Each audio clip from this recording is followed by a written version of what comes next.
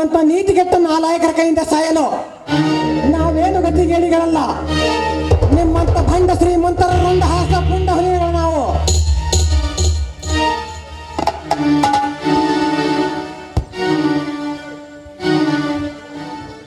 ಎಲೆ ಮಕ್ಕಳ್ರ, ಇಲ್ಲಿಂದ ಹೊರಟು ಹೋದರೆ ಸರಿ, ಇಲ್ಲದಿದ್ದರೆ ನಿಮ್ಮನ್ನು ಸೊಟ್ಟು ಹಾಕಿ ಬಿಡುವೆ.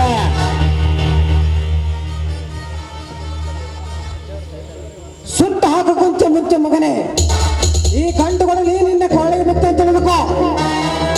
ಅನ್ಯಾಯವಾಗಿ ನನ್ನ ಹೆಂಡತಿಯನ್ನು ದೂರ ಮಾಡಿಸಿ ನನ್ನ ಮನೆತನವನ್ನೇ ಸರ್ವನಾಶ ಮಾಡಿಬಿಟ್ಟೆ.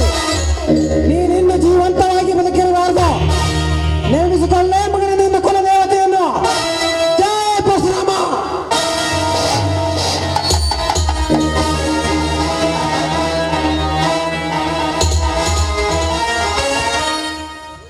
ನನ್ನ ಮಗನೇ ರೌಡಿ ರಾಜ,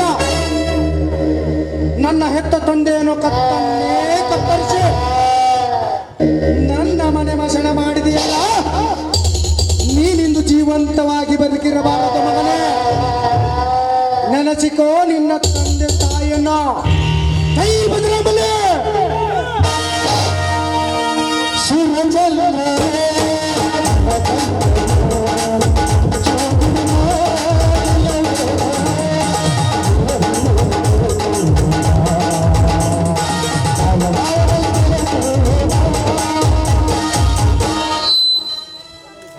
ನೀವೇರಿಯಪ್ಪ ಪುಂಡ ಹುಲಿಗಳು.